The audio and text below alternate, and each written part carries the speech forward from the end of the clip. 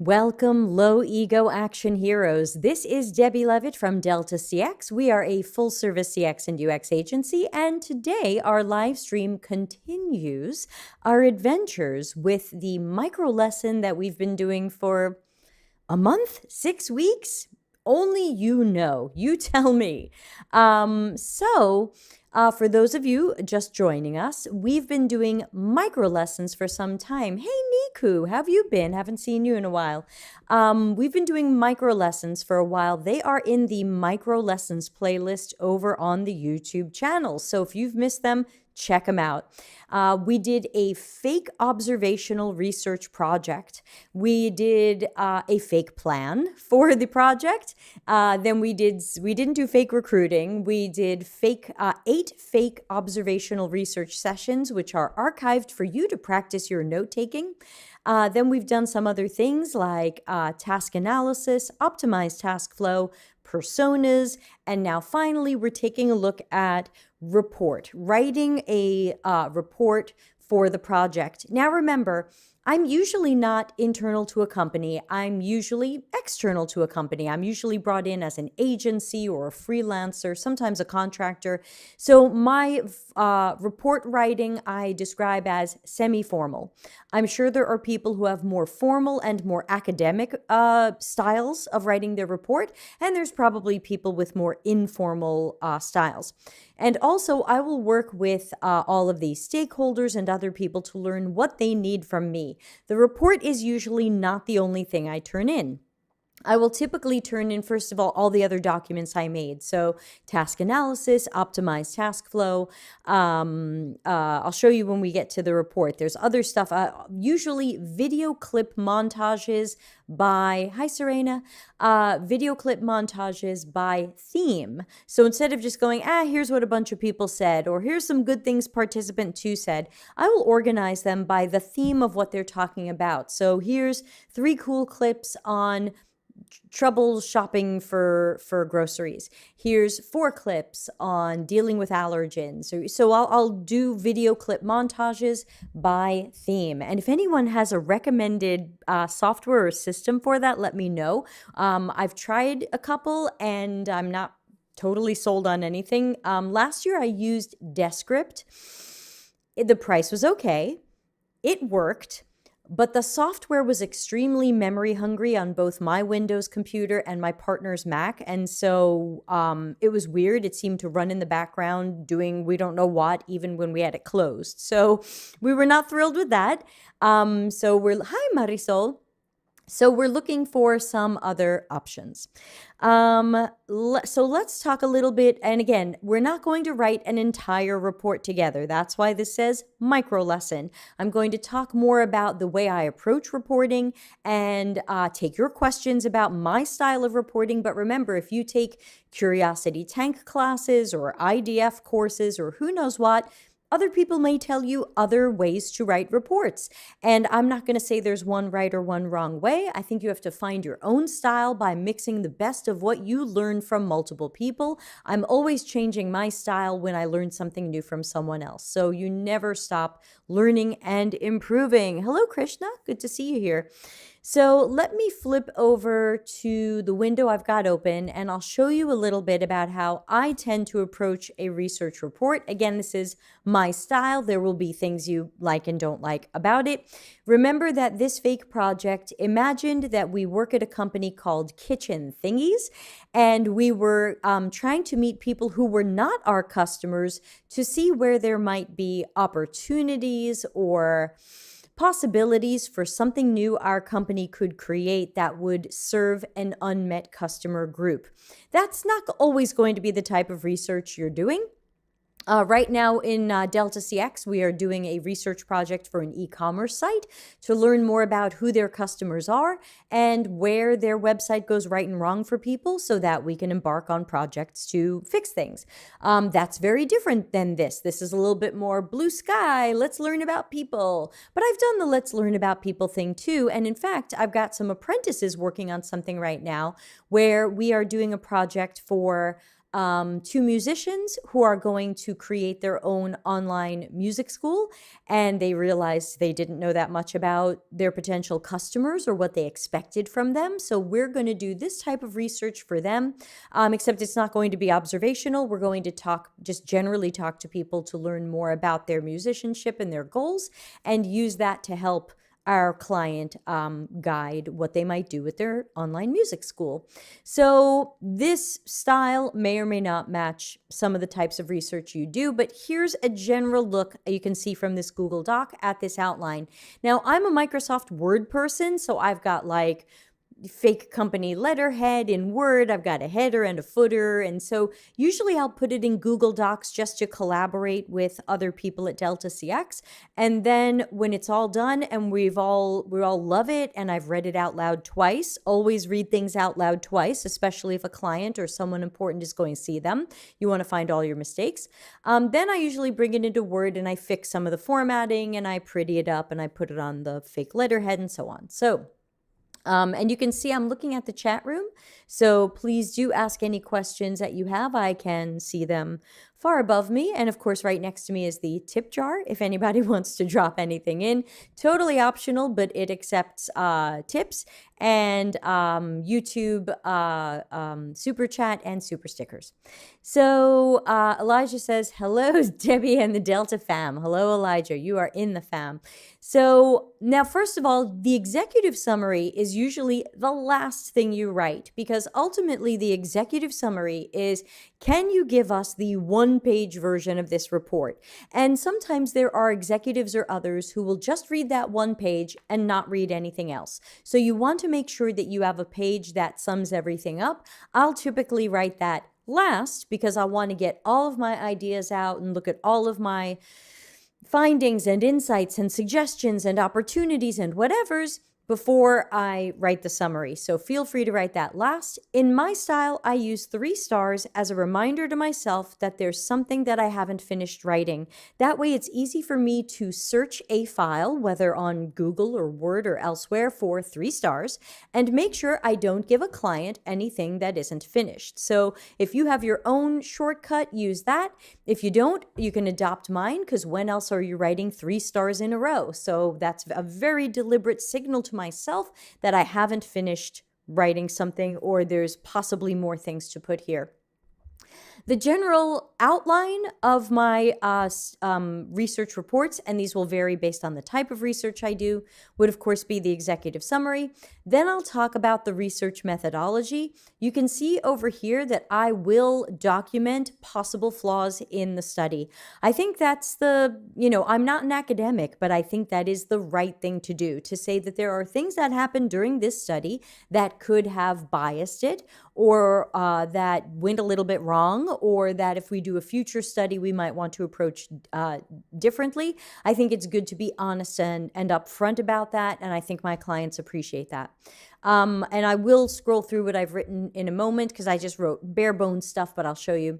Then I usually have a section on participants. Now, in general, you want to make participants anonymous. So you're not going to say Elijah Claude or Elijah C or Krishna S. Some people do initials. That's the word I'm looking for. They'll say, participant 2 EC, a participant 4 KS. Again, you can do that if it makes you feel better, or you can just call them P2, P3, P4, P10, totally up to you. But in general, you are anonymizing participants. You're not giving your client or other people full details about them. Elijah says, that's a good strategy for introductions in general. Write the intro after you've written everything else, so you can be sure it is efficiently summarizing everything you covered in the paper. Yep, that's kind of left over from stuff we did in college. And it's actually also, funny side note, a suggestion that they make for people who narrate audiobooks and narrate other things. So they will actually say, record the book, and you will get so into the vibe of the book that you'll go back and listen to your first X number of pages, and you'll feel like it doesn't match where you ended up going. So re-record, as your voice narration, the first chapter again, so that now it matches the vibe of where you ended up going. Similar kind of thing. Crazy side note. And again, I'm just doing an overview now, and then I'll show you what I've written so far. Findings and insights. Now, I differentiate between the two, though other people might have different definitions. To me, a finding is, here's the thing that anybody could see. Here's the thing that we saw. Here's the thing that we heard. And that's a finding. To me, it becomes an insight when you start to weave your own magic around it. Elijah says, is putting a name like Elijah C okay? If the participant mentioned they would be okay with you sharing that info, or should we always keep it more anonymous? I think you have to work that out with your client, and you have to make sure it's stated in your consent form. So if you're not going to anonymize people, you probably want a consent form that's clear about that. When I did that big research project I've talked about time and time again, last year, where we met 71 people, the client had done the recruiting for 61 of them. They knew who these people were. There was only so much I could anonymize them. They had found all of the participants for us. So there, I did not try as hard to anonymize people. So it really depends on what's going on with the client and the relationship, or your boss, or whoever it is. You have to figure out ahead of time what's best. Usually, the more anonymous you make someone, the better. This means that some people don't show video clips. They won't show video clips without putting a box over someone's face, because if you show their face, then they are not anonymous anymore. So some people will actually go into the video clips and superimpose a box over their face, or mosaic their face. I have not yet done this level of anonymization. It hasn't been required for what I do, but I imagine this might also relate to some of the legal or privacy policies at any particular company. So just know that the best practice is to anonymize as much as possible, but that's going to vary based on the project and your relationship with your clients or stakeholders. So again, findings and insights. To me, insights are where you start to weave your own magic, your interpretations, your analysis around something that anybody could have heard and possibly seen.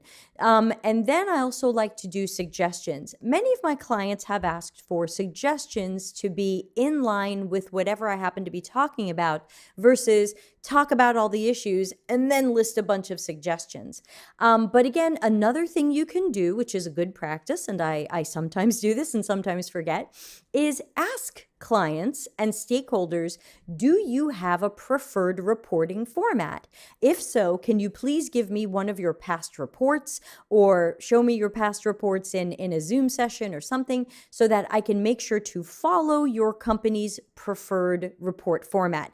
That could be for a wordy report like this. It could be for a shorter PowerPoint presentation. Always make sure you are presenting information in the way that it is most, here it comes, meaningful and actionable and helpful to the people who are receiving it. If you write a report and it doesn't work for the people who are seeing it, what have you done? They'll read the first page and throw it away. And I tend to spend 30 to 50 hours on these reports. So let's make sure someone's reading them. So I'll show you my findings and insights in a moment. Then take a look at my appendices. The appendices are to remind me and the client that there are additional documents that I consider part of this report. Even if I've shown it to them before in a meeting or sent them over, I want to formally say that these are part of our final report.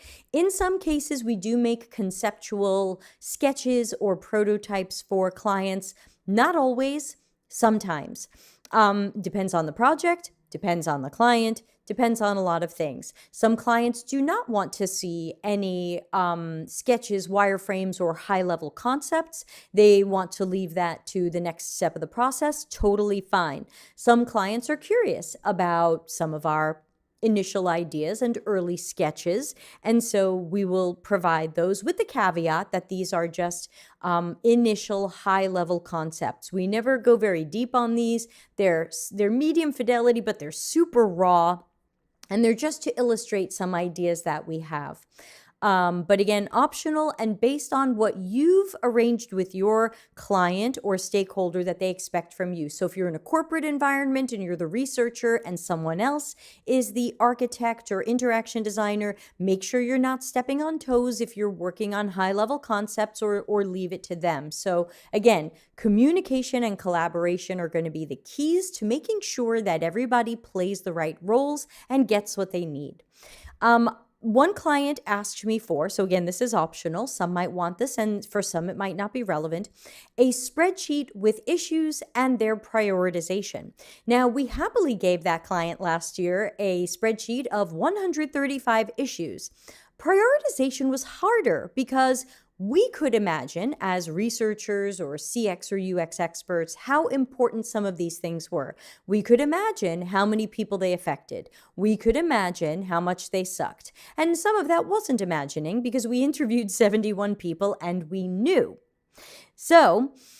But at the same time, it's hard for us to say what their corporate priorities should be or what their product priorities should be. So typically what we might do here, and you can try this out yourself, says spreadsheets, hell yeah. There's always room for spreadsheets. I use them all the time. Everybody should get to know Excel. And thanks to Oz, I learned how to make a pivot table. So if you ever want to learn more advanced Excel stuff, you've got to look up Oz on YouTube. He's Excel on fire, and he truly is. I have the sticker somewhere. Did I put it on my Surface Pro? Where'd my sticker go? It's here somewhere. I'll find it. The spreadsheet with the prioritized issues. And so again, now how do you prioritize stuff? Now that gets into a whole other conversation. There are many different prioritization approaches and matrices. You can pick one that you like. You can make up your own. I made up my own. So I call it the Delta CX Decision Matrix. And I've got a whole other episode on that. There's a page about it on the Delta CX website under models. I don't have to go too deeply into it, but the point is if someone does want to see what you think is a problem's priority, you'll need a way to figure out, how did you determine that? So it might be based on how many people it affects. It could be based on how urgent or severe the issue seems to be, either because it's broken or it doesn't work right or it gives people a dead end. It summons the 4 horsemen of bad CX. Let me make sure that loaded up correctly. Maybe? No? 4 horsemen? Somebody show me my own screen. I don't have a good way to see my own screen when I share my screen. So also in the Delta CX prioritization decision matrix, which is my prioritization matrix, I also have how much does this particular line or item relate to company strategy? Now, I might not know that. So sometimes I leave that box open and I tell the client, please fill that in. Here's how you score it. And the last one, hey, thanks everybody. The last one in the Delta CX decision matrix is the cost to reverse, which is kind of like, what would this cost our company if we got it wrong again? Or what would it cost to undo or fix later? Is this a small fix that's probably not too difficult or expensive to have to undo or redo? Or is this like having to rebuild a hotel because you built it wrong? So these are some things that you can use, but there are plenty of other prioritization matrices out there. I kind of don't care which one you use. I make no money if you use mine. I lose no money if you don't use mine. Use something that is, everyone, meaningful, actionable, and helpful to you, your team, your clients, your stakeholders, your coworkers. If it is not meaningful, actionable, and helpful, it's garbage. Set it on fire and throw it out the window. Or as the Monty Python sketch goes, they describe a person who had a heart attack and died and fell out the window while falling onto an exploding bomb and was shot. So that is what you could do with that. Kayleen says, is there a link to this Google Doc? There isn't. I could dump one in the Slack channel, but I'm not sure this document is that amazing. But hold on, let me Let me quickly whip something up here and I'll put it in the Slack channel. I will allow y'all to comment in case you want to ask me a question. I will happily respond. And I don't know if I can put this, let's see, I don't know if I can put this, usually YouTube kills links. I don't know if that worked, YouTubers. I'll also go put it in our Slack channel. Let's see, live events. We're talking about jobs here. And paste. There you go. Just in case. So, yeah. So task analysis, this is where I will normally explain the task analysis and the optimized task flow. I usually don't write too much about it because I'm going to bring a lot of what we learned into the meat and the potatoes of the findings and the insights. But then I'll include the task analysis document so that people have a copy of it and tell them what they're looking at. Appendix D might be my personas or any typologies that we found. In our case, these don't exist, but I'm just showing you that I would normally have them as an appendix. And again, usually my appendices, I might write a little bit explaining an attached document, or I might write a lot if I think it needs more explanation. But you don't want to explain task analysis way down in the appendices, or, I mean, you can explain what it is, but you don't want to say the tasks that you found and what you learned way down there. We got to incorporate that into the findings and the insights. Otherwise, people might never read, page 73. I'll also give people video clip montages. Now, normally these are, I will normally load everything into Google Drive for my clients. I'm all Google Suite. So I'm usually Googling everything for the clients. So they will get this as a PDF. They will get the spreadsheet as usually either an Excel spreadsheet or a link to a Google sheet, depending upon if they prefer Google or if they want the Excel file. The task analysis I usually cut as a PDF. The personas are usually a PowerPoint document that I cut as a PDF. Sujeesh says thank you. Everybody says thank you. Everybody says thank you to you. And the video clip montage will usually be MP4 files that I'll put into the Google Drive so that they can download them. And then the thank you is literally just a little area of the report where I thank them for, especially for outside. If this is your job, you don't have to thank anybody, but when we're an outside agency, we tend to put little thank you notes on the ends of some of our documents or PowerPoint presentations because we're happy to do the work and we enjoy these relationships. And so we say something nice at the end, but you don't have to. That's just a little agency touch from my world. So let me show you what I've written so far. And, there's room. I only gave all of you commenting access. I didn't want everybody typing into this or deleting things or editing it. So I'll show you how I do it. Now, first of all, also note that at least in Google, and this would be true in Microsoft Word, I'm Windows, so I couldn't tell you about Apple Pages or whatever they have now. Notice that when I do heading 1, it's big and it's here. If I do heading 2, it's a little bit indented. And if I do heading 3, it's further indented. So I am using heading 1, heading 2, and heading 3 in my Google Doc. And then I have similar styling in Word where I've got a certain style for header 1, certain style for header 2, certain style for header 3 that I've saved in a Delta CX style file. And so, I've got my look. Research methodology is going to be where you explain how you planned and undertook whatever this was. So this is going to talk about some of your, Kayleen says, this is very, very helpful. I have a much better idea of what I need to do. Great. This is where you're going to talk about, and again, I didn't finish writing this out. This is a skeleton of a skeleton. Many reports take me 30 to 50 hours. And I think I spent an hour on this today, prepping it for all y'all. So this is obviously the skeleton micro baby version. So typically you will put your research goal.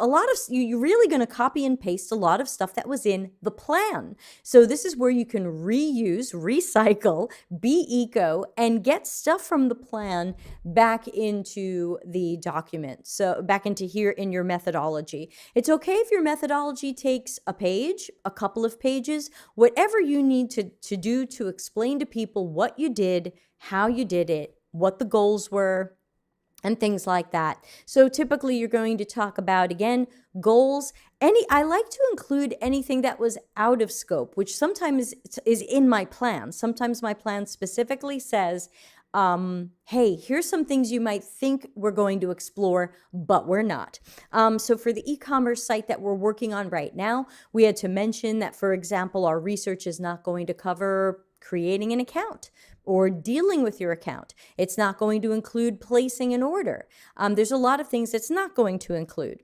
So typically I will say these things are out of scope and should be addressed in future research projects. So I've got 3 stars there. If any of you right now can think of anything that you can imagine is something we could mention to our potential teammates or client that was out of scope, for those of you who followed the fake project from the beginning, and I know there's a bunch of you, let me know and I'll write it in. I've got both keyboards in front of me today. Some of you know I bought a new keyboard. That was my UPS package, and I am relearning to type.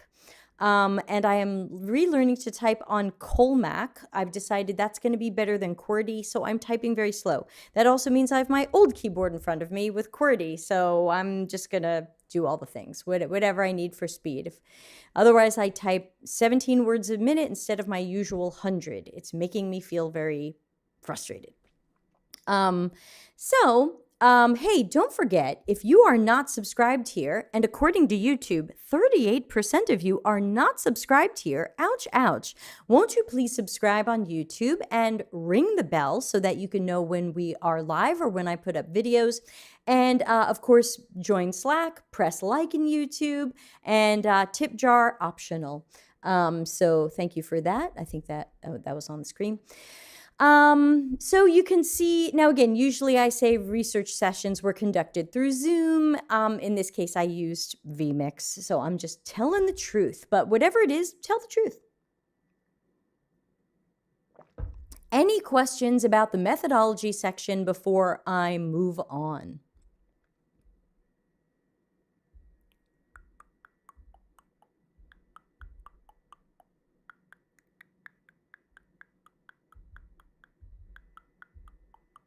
Just wait in the 14 seconds delay I know there is. And if anyone can name the song I was just doing, you get the people's ovation and fame forever, but I'm not going to send you money.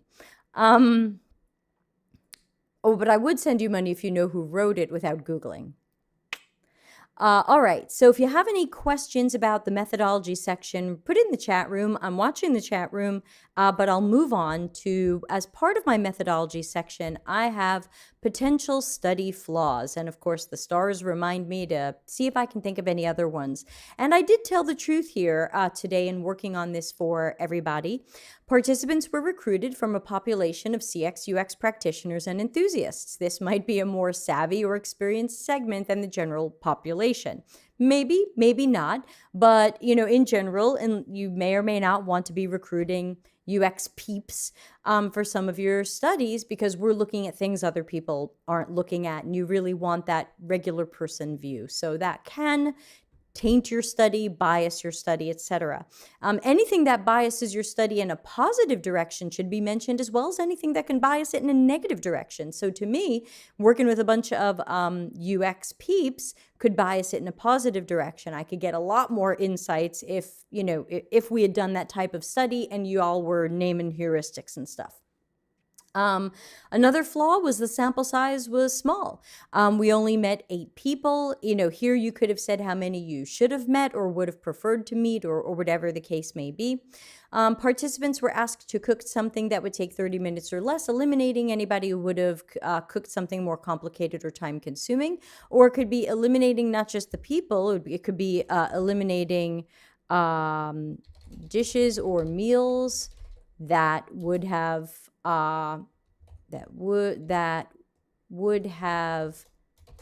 been more complicated or time consuming. It's not that we would have ruled out people, we would have ruled out things. So we saw everybody cooking relatively simple things because they selected them for time. So again, this is a skeleton. I might come back and do another pass and explain this a little bit better. Why are these flawed? Why is this a potential problem for our study? Here, I was just trying to get ideas out. It's kind of a first pass.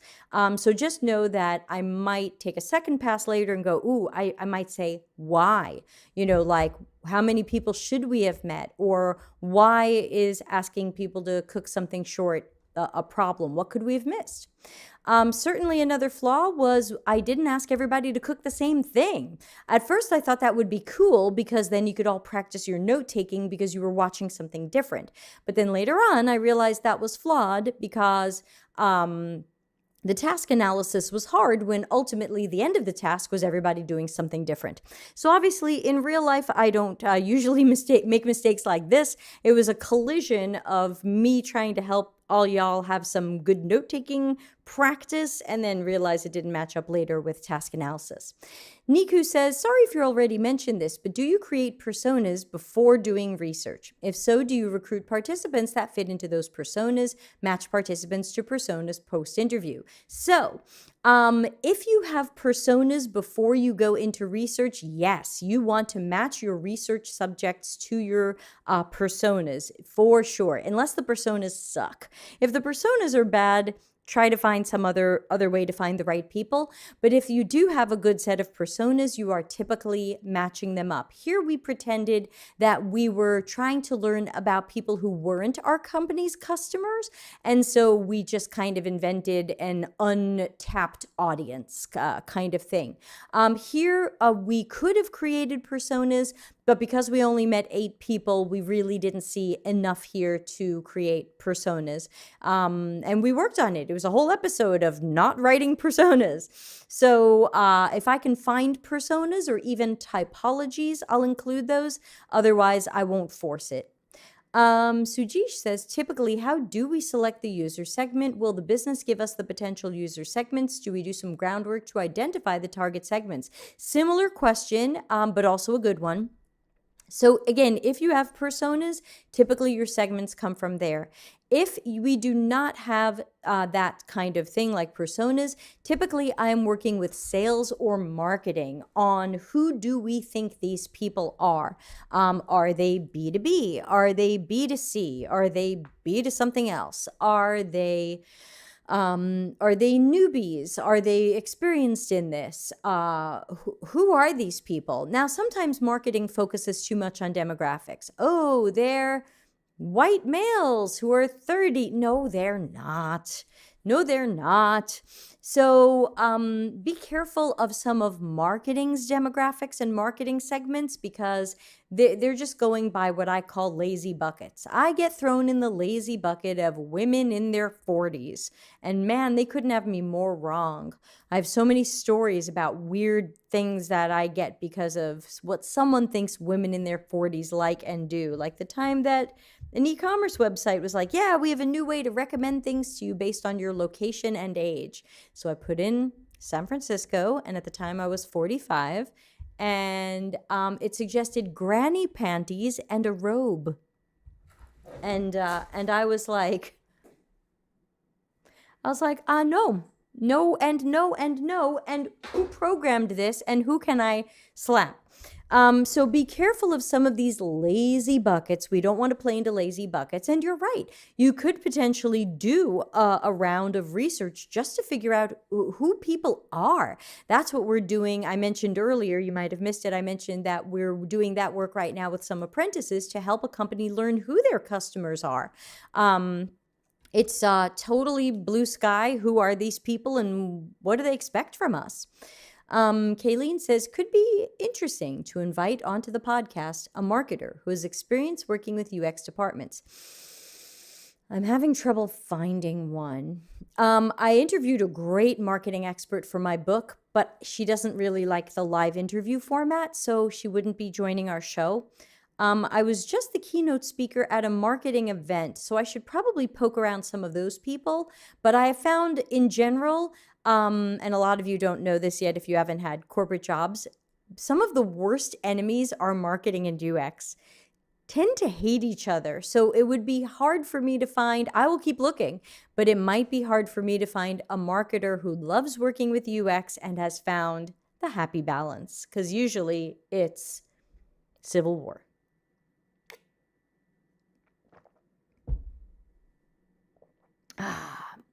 So other problems, we didn't have a very diverse group of participants. And again, I didn't do real serious recruiting. If I had, we hopefully would have done better. But we met 8 people. 6 of them would probably self-identify as white. So we did not have a good diverse group. Ethnically, we didn't have participants with accessibility needs as far as anyone said. So we definitely didn't have a very diverse group, and of course that can skew things. Certainly, as we care more about diversity, equality, and inclusion, which we must, that's not an option anymore, people. Let's stop pretending it is. We have to make sure that all of these people are included in our research, and wherever possible, I think more and more we should try to match them with researchers that are from their worlds, if they prefer that. You know, I was saying on someone's show the other day that when I book a massage, back when humans saw each other, most online spas will say, do you prefer a massage from a man or a woman, or you don't care? And I think it'll be an interesting direction to go for researchers to ask people, do you prefer a male researcher or a female researcher? Do you prefer a researcher of a certain ethnicity or background? And certainly that means having a more diverse team who can fulfill those things. But I think that's where we will need to go in the future, because it's not going to be enough for white people to pretend to have empathy for everybody else out there. All this fake empathy is really a disaster. Just because a white person interviewed some non-white people doesn't mean we empathized with those people. We don't get those people's lives. Let's stop pretending we do. So we might want to start or at least offer people the opportunity to have a researcher that they would prefer. We did that last year a little bit. I started an experiment. For the 71 people research, I let them pick me or a man, or just pick by time. And 50% picked me or the man deliberately, and 50% picked by time. So I think there's something to it, that people might want to have a little bit more choice in who their researcher is, because they want to feel understood by someone who they feel is like them or will understand them. So something to think about. Star for whatever we think we can do. Usually I have a section on participants. Again, I don't give away identifying information. I will aggregate information, and in some cases I will make little charts or graphs or data or stats on the people. Certainly for the 71 people research thing, we had a little chart on what countries they were in and what countries were well represented, genders, whether they were newbies or experienced, because the client had separated those out. Elijah says, indeed, well said. Thank you. I think something to think about. So usually in the participants, I'll talk a little bit more about generally who the participants were, and maybe some fun graphs and charts, trying to give you a little bit of quick eye candy on who these people are, or where they're from, or whether they were newbies or experienced, or they were B2B, B2C, how many numbers or what percentages for these things. Again, another great thing that's why I learned pivot tables from Oz. I had to do pivot tables last year when I was like, oh yeah. I also wanted to make a chart based, because last year we did typologies. We didn't do personas. So we had 4 typologies, and we wanted to show kind of how those typologies got distributed among different types of people. And so it was pivot table and chart extravaganza.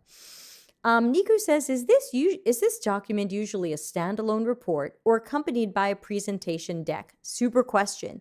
Depends on my client or stakeholders or coworkers and what they need or expect from me. Usually for me, this is a standalone document plus the appendices. So I'll make sure those are all provided. And then if a client also wants a shorter PowerPoint version, I'll typically ask them, how long a PowerPoint presentation do you want? 30 minutes, 45 minutes, an hour. They'll usually tell me what they prefer. They might say, oh, let's do 45 minutes with 15 minutes for questions.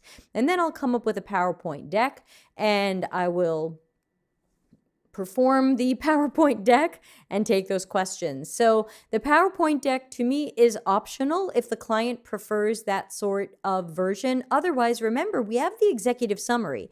The executive summary is going to give you the one-page version of what you need to know here. So I would say very often I do a presentation deck because the clients request it. But if for some reason somebody said, nah, we don't like those, we don't want those, I wouldn't make it. So, always ask. So findings and insights. I'll give you an example of what I started putting together today. And remember, I'm looking back at both our affinity diagram and I'm looking back at our task analysis and optimized task flow when I'm making this. So I'm looking at both of these. Kayleen says, I'm thinking about how the final report will be presented in the context of a sample project in someone's online portfolio. It's a different audience than people who only read the executive summary. Yeah, so remember, in a portfolio, you're doing lots of storytelling. I think that you would end up taking your report and turning it into the portfolio project in some way, because this report is the story of this project. And I think if you can find ways to turn that into the portfolio case study, I think there's going to be a lot of overlap there. And the portfolio case study is going to be the super short version of this, but depending upon what you can share and what's confidential, you could certainly link to documents. You could say, here's my prioritized list of evil problems, and here's some video clips, and here's whatever. Now, of course, if it's a portfolio project and you interviewed random people, you probably can't put their video clips online, but you could always put in your portfolio. Video clip montage is not available to the public, but can be shown during an interview. That's a sentence I tend to have a lot in my portfolio, and I think it's okay to say certain things can't be shown here in this portfolio, even password protected because of confidentiality or people's privacy, but I will happily show this in an interview.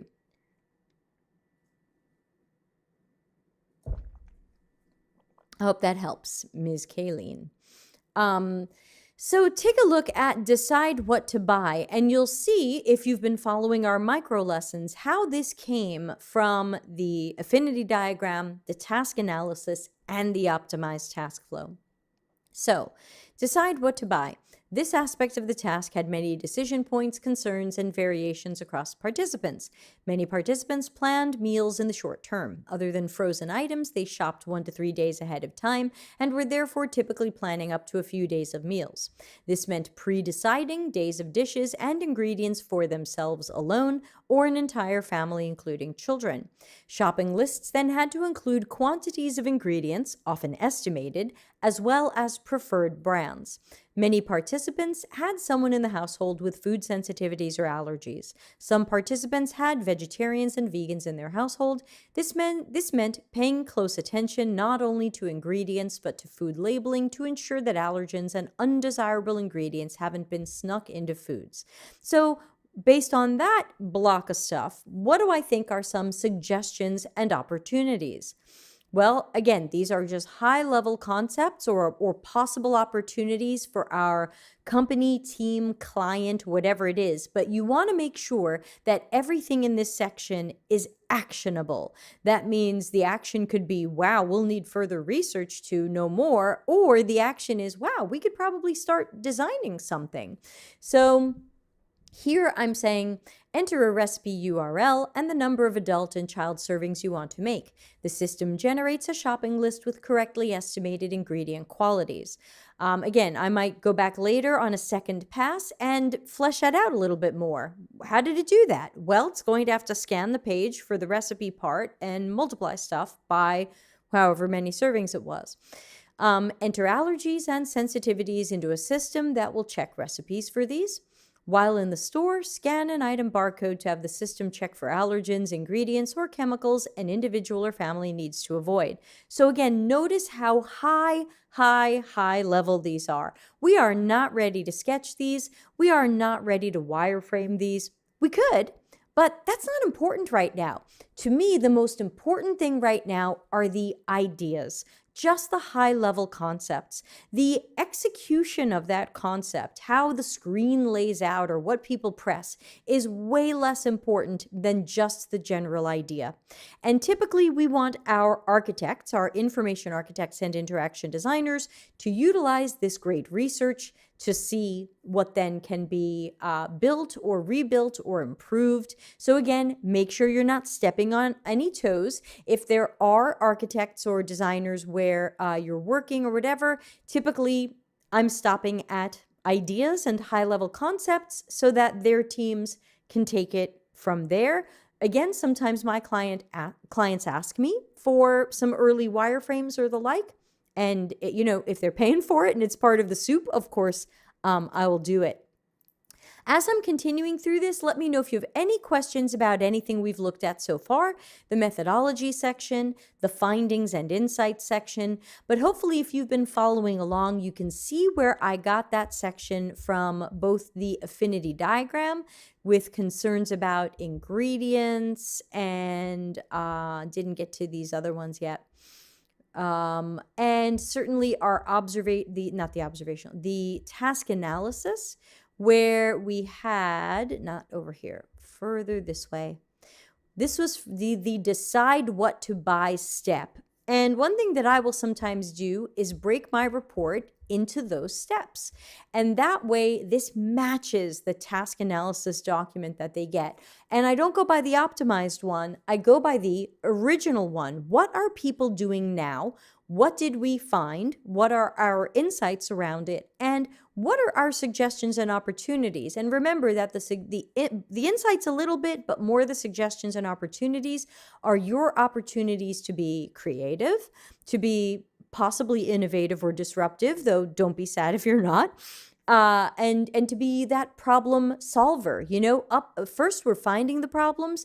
Now we're starting to dream about possible solutions for the problems, but again, at such a very high level. And that's where I recommend we keep it unless the client is expecting something else. So then I would talk about the next step. What are people doing now? How are they going to shop? What were some of the things that we found around these things? So for the report today, I was, let's see. I was playing with 3 main ways to shop. Participants shopped one or more of the following 3 ways. Going to stores. Many participants expressed that given the pandemic, they are doing this less often to reduce their risk of COVID-19 exposure. Buying online, picking up in the store or the store's parking lot. Where available, this was a popular choice. Home delivery, which has 2 key problems: cost, availability. It was hard for some participants to find a slot. This is a great place to drop a quote. I didn't go back and find a real quote. This is a great place to drop a quote. Participant 2 said, boop, bop, beep, bop, bop, bop, bop. I usually put it in quotes and I make it italic so it will jump out. That's just my style. You don't have to go by me. Oh, Udit is here. Didn't you get a new job, Udit? How you doing? Udit says, hello, Debbie. How are things for you? Okay, thanks, other than relearning to type is frustrating. Do you believe it's necessary to clarify the user recruitment process in a document like this? I would definitely put some of that in the methodology section. Because we did no recruiting for this fake study, I have very little to say about where we found those people. I said that we looked for English speakers, and yeah. So normally in the methodology section, I will say something about how we recruited them. And in this case, I didn't recruit them, but yes, that would be, I wouldn't necessarily write pages about it, but I would indicate how the recruiting was done in methodology. And if there's something that was flawed about the recruiting, get that into your flaws section. Thank you, Udit. Let's jump back to main ways to shop. So again, Get quotes into this thing. Bring people to life as much as possible. Yes, you're talking about them, but let them speak for themselves. Sometimes I will try to find at least one quote per section. So I think, can you have too many quotes? Eventually. Eventually you're wearing too many bracelets and you have too much makeup on. But I think that quotes are really powerful. Some people change how they format them so they jump out. They put them on the side and they're blue and they're fancy. I'm a not fancy person who isn't a visual designer, so I just make them italicized. And typically I will include them if I'm doing the PowerPoint version. I'll make sure to include a lot of quotes. Then what about some possible opportunities? Now, again, where did I get these opportunities? Task analysis and optimized task flow, or I might come up with them as I'm writing this report. If something's not on the optimized task flow and you come up with it while writing the report, get it in the report. So here's my suggestions. Those who used methods where the store staff did their shopping expressed frustration with inaccuracy of orders or poor choices of fresh produce. This can be improved by a system that better understands specific preferences, such as brands, produce size, coloring, or softness. When utilized correctly by store staff, such a system, for example, would better match ripe avocados to people who plan to use them today, while matching less ripe avocados to someone planning to use them later in the week.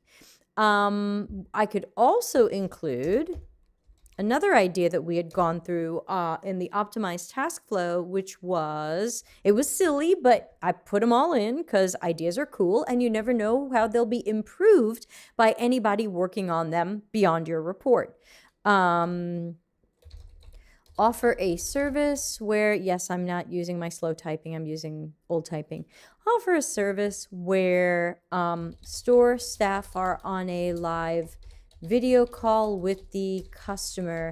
The customer can then feel involved in the selection of produce, as well as making in the moment decisions about any substitutions that might be required.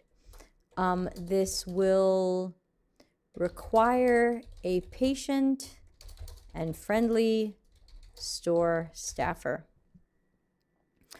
Because that's not going to be fun for the store staffer. They're going to have someone who goes, no, what about that watermelon? What about that one? I don't know if I like that grapefruit. You're going to need an extra patient person. A system that allows people to be on a waiting list for delivery time spots. And then I put in the, which I think is the super golden idea, while we're delivering to your neighbor. This idea imagines that the system understands that this shopper prefers or sometimes wants home deliveries. They have opted in to receive notifications that the store is delivering to their neighborhood or someone else in their apartment or condo units. This idea also assumes that the store has the staff who can take on preparing and delivering more orders than they handle now. The shopper would be notified that a delivery will happen at a certain date and time near where they live, and would they like a delivery around that time as well. As we learned that some shoppers are so happy to get a delivery time that they will order something, this can be win-win for the customer and the store. This can improve stores' delivery efficiency while attracting more delivery orders. Elijah says, you spoke a bit about the business needs, but in regards to ideas, do you constrain your ideas to the business services already provided or not? For example, if they're a grocery delivery service, should you give ideas that have nothing to do with delivery, but still might solve the customer's problem? I tend to give all the ideas that I can, all the ideas that I have, even if they don't seem relevant. You never know what directions a company or team or project or product will go. As somebody might go, oh my God, this is such an amazing idea.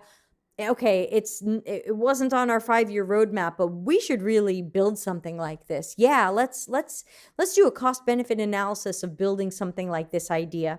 So I'm usually the type of person who believes all the ideas go in the document, partially because they are paying for that, and partially because it shows how much creativity and problem solvingness I have, and hopefully sparks a lot of ideas. I think a lot of companies should go in more directions with their products. And if we just stay in that box of what we think we can do and what we're able to do and what we've been doing so far, you'll never be disruptive. You'll never be innovative. You'll never pass competitors. You'll never pass competitors if you're just looking to stay in that box and do what we usually do or do what everyone's doing.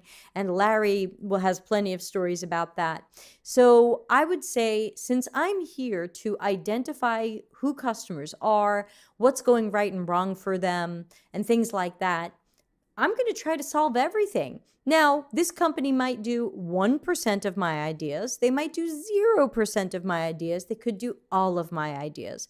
But even Larry would probably say, and he's probably not watching or he would have written something by now, but even Larry would probably have said, this is how you become a market leader. You become a market leader in your industry or whatever you're positioning by being willing to jump out of those boxes and try the thing that people think is weird or different or whatever it may be. So definitely, even if the business says, we just want to see what we can do with this, I will still tell them all the things. All the things. That's how I end up with reports that are 30, 50, 80 pages. I want them to have all the things. If they don't want to read the report or do the things, they don't have to.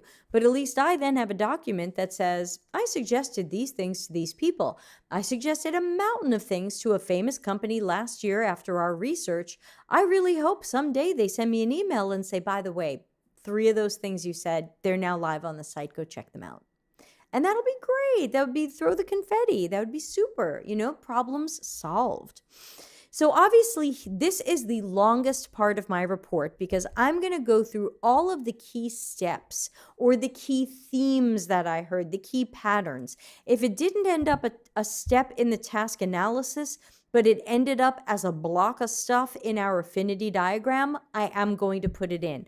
I'll start with my steps first, and then I'll swing back to the affinity diagram and say, okay, what are some other things that we heard that maybe didn't totally fit into the task analysis steps that we should still talk about? Concern about time. I would definitely put in a section about that. I would talk about what we heard and if we have any suggestions or opportunities that we think could save people time.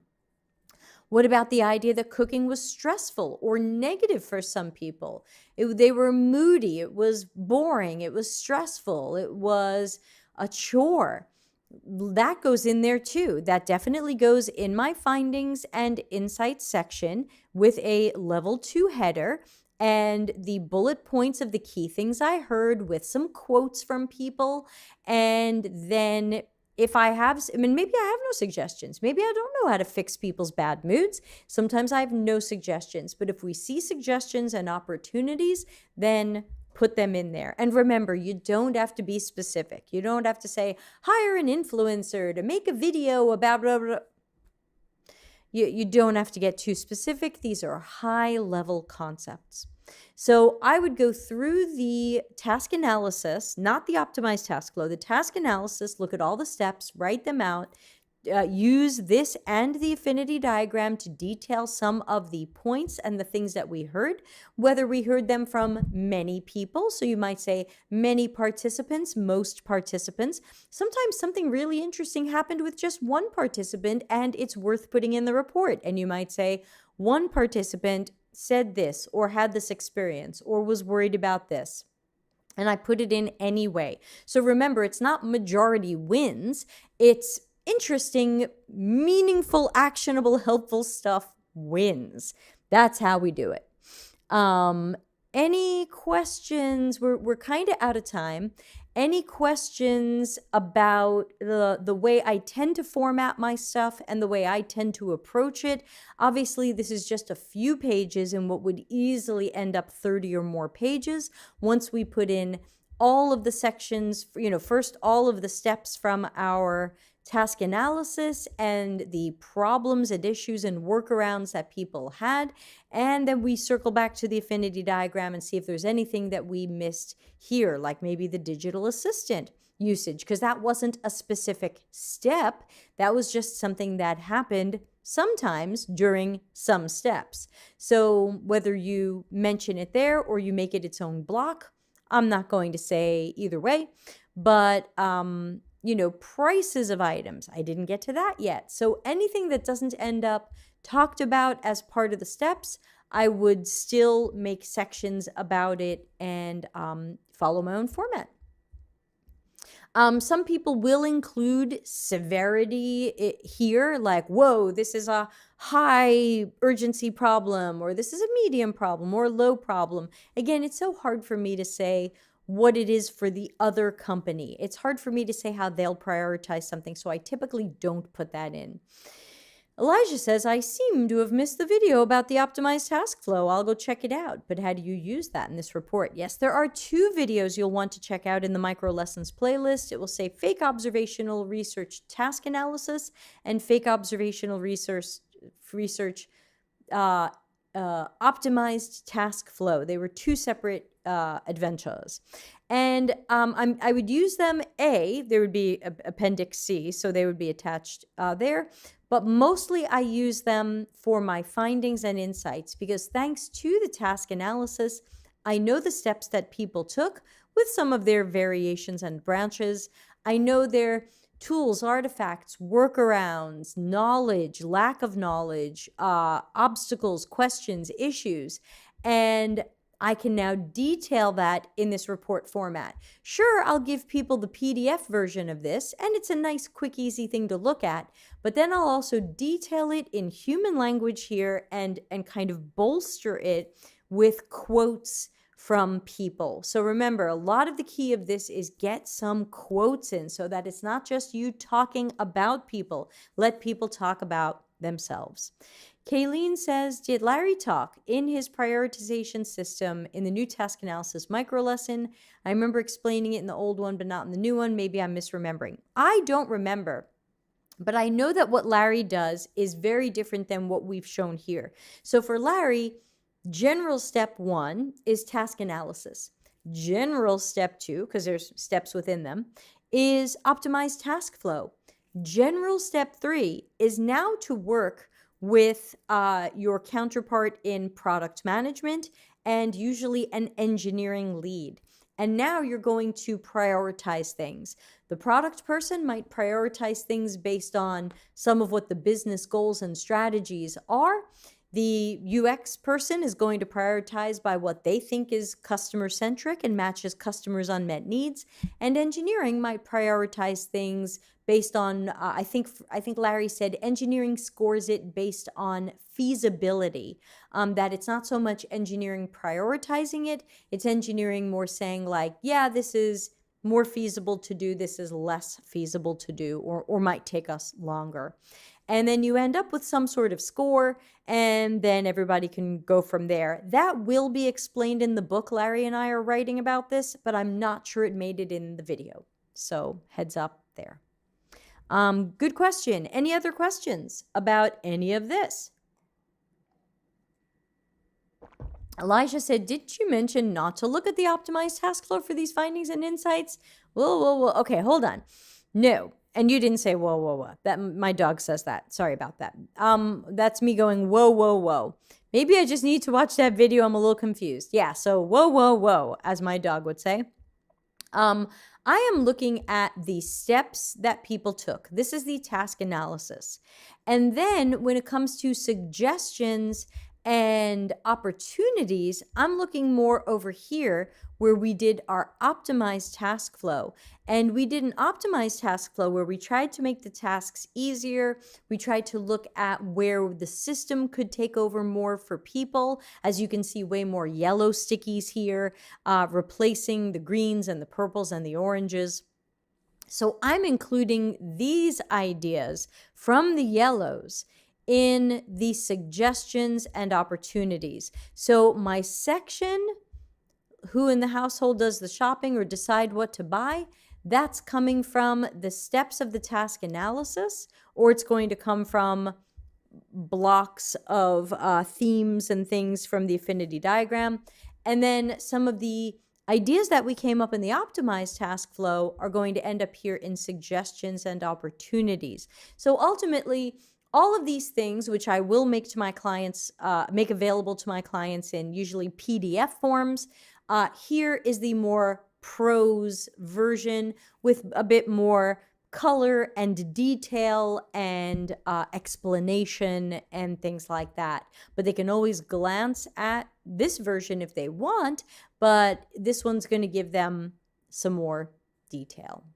Ooh, I get it. Okay, thanks, Elijah. Thanks for asking, because if you're confused, so is everybody else. So always ask. Anybody else have any confusions, questions, concerns, etc.?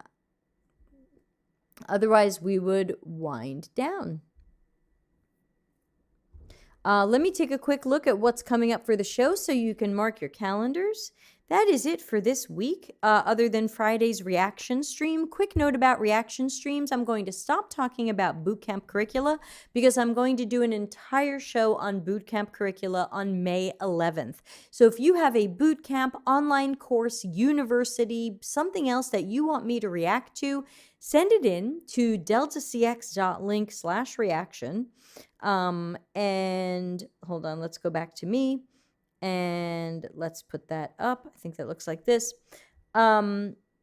Just send that in, deltacx.link/reaction, and I will make sure to talk about it. I'm slouching. On May 11th. I'm very tall. No, I'm not. So Friday reaction streams are going to be more social media, LinkedIn posts, and wacky stuff. Also on coming up, let's see, next week. Monday the 26th. Oh, Monday the 26th. You guys have to be here. Cancel everything happening in your life. This one is going to be a winner. Oh, thank you, Elijah. Monday the 26th, we're doing a podcast, episode 108. We're bringing back Ben Smithwell, who was our first guest this year for predictions. Remember predictions? He's going to be back, and our episode is called What Isn't Design Thinking? And we have been finding dozens of definitions of design thinking so that we can get really snarky about them. So what isn't design thinking will be Monday. Tuesday will be double office hours. I'm still doing the morning and the late ones for those who like that. Wednesday, there will not be a broadcast. I am supposedly speaking at UXPA Los Angeles.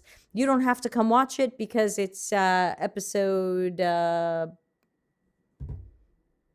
I forgot. 56?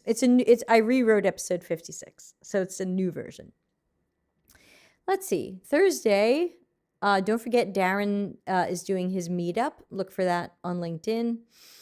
Friday, reaction stream. Then we're into May. Don't forget, in May, we'll be drawing a giveaway winner. The giveaway this month is 1 free hour of normally paid coaching time with me. So deltacx.link/giveaway, and you can enter for free. There's no charge, of course. Monday the 3rd, I'm going to do my new talk that I do for non-UX people, and it's about how to improve agility through customer centricity. I think that might help some of you have some ammunition for your job, so please come see that. It'll be archived, of course. Tuesday office hours. Tuesday the 4th, I have a morning appointment, so I'm not doing morning office hours, just the usual ones, and I'm not sure if I'm going to continue morning office hours yet. You tell me. I don't have a lot of stuff planned. I'm going to shift to one podcast a week unless a whole bunch of stuff happens. So I'm sorry, it's Monday the 10th that I'm going to do the bootcamp curricula. Tuesday the 11th is office hours with Dr. Nick and Darren. So some good stuff coming up in May, and I like to say always some good stuff. But if you have any other ideas or guests you'd like to see, let me know so that I can reach out to those people and see if they will come on the show. Any other last questions or comments? Because this actually closes the micro lesson adventure for the fake observational research. The only thing we can do next is if we wanted to try to do some interaction design around some of the ideas that we had. The problem is I am not going to user test them, and I'm not going to validate them, and, it's going to be me acturing for an hour. But, if people think they want to see that, let me know. Let me know in the Slack workspace. But other than riffing on some of those ideas, this would probably end the micro. There will be more micro lessons in the future, but this would end the micro lesson around the fake observational research. So on that note, I will get ready to play us out of here. Also, I hope some of you noticed that I'm now doing a 50-second countdown at the beginning of the show. It is currently in silence, but we will have a theme song coming soon. And the theme song runs about a minute, so there will be a 50-second countdown, and then I will start talking. I think that's going to work because today I noticed YouTube didn't say that I was live. Chocolate on my arm. Don't tell anybody. YouTube didn't say I was live until about 40 seconds in. So some of you will miss the exciting new theme song. But just know I always go live at exactly 6:30 Italy time. And if you're in the YouTube channel, you are there. Kayleen says, shouldn't we continue the project somehow? I'm giving her that voice. She doesn't sound like that.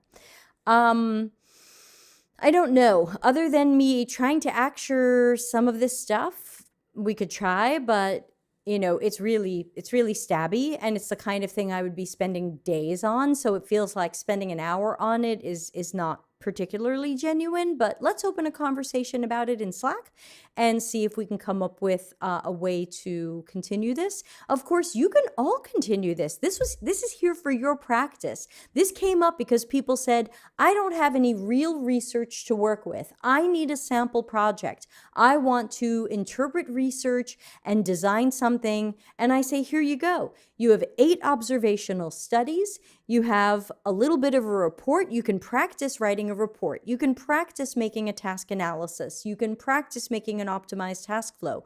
You can now wireframe some stuff if you would like. This was really here for you to practice. So I hope some of you will do that. And if there's something else that you feel you need from me, let me know, and I will try to prepare it, because this whole arc existed because you all asked for it. So if you need something, ask for it, and I'll try to invent it.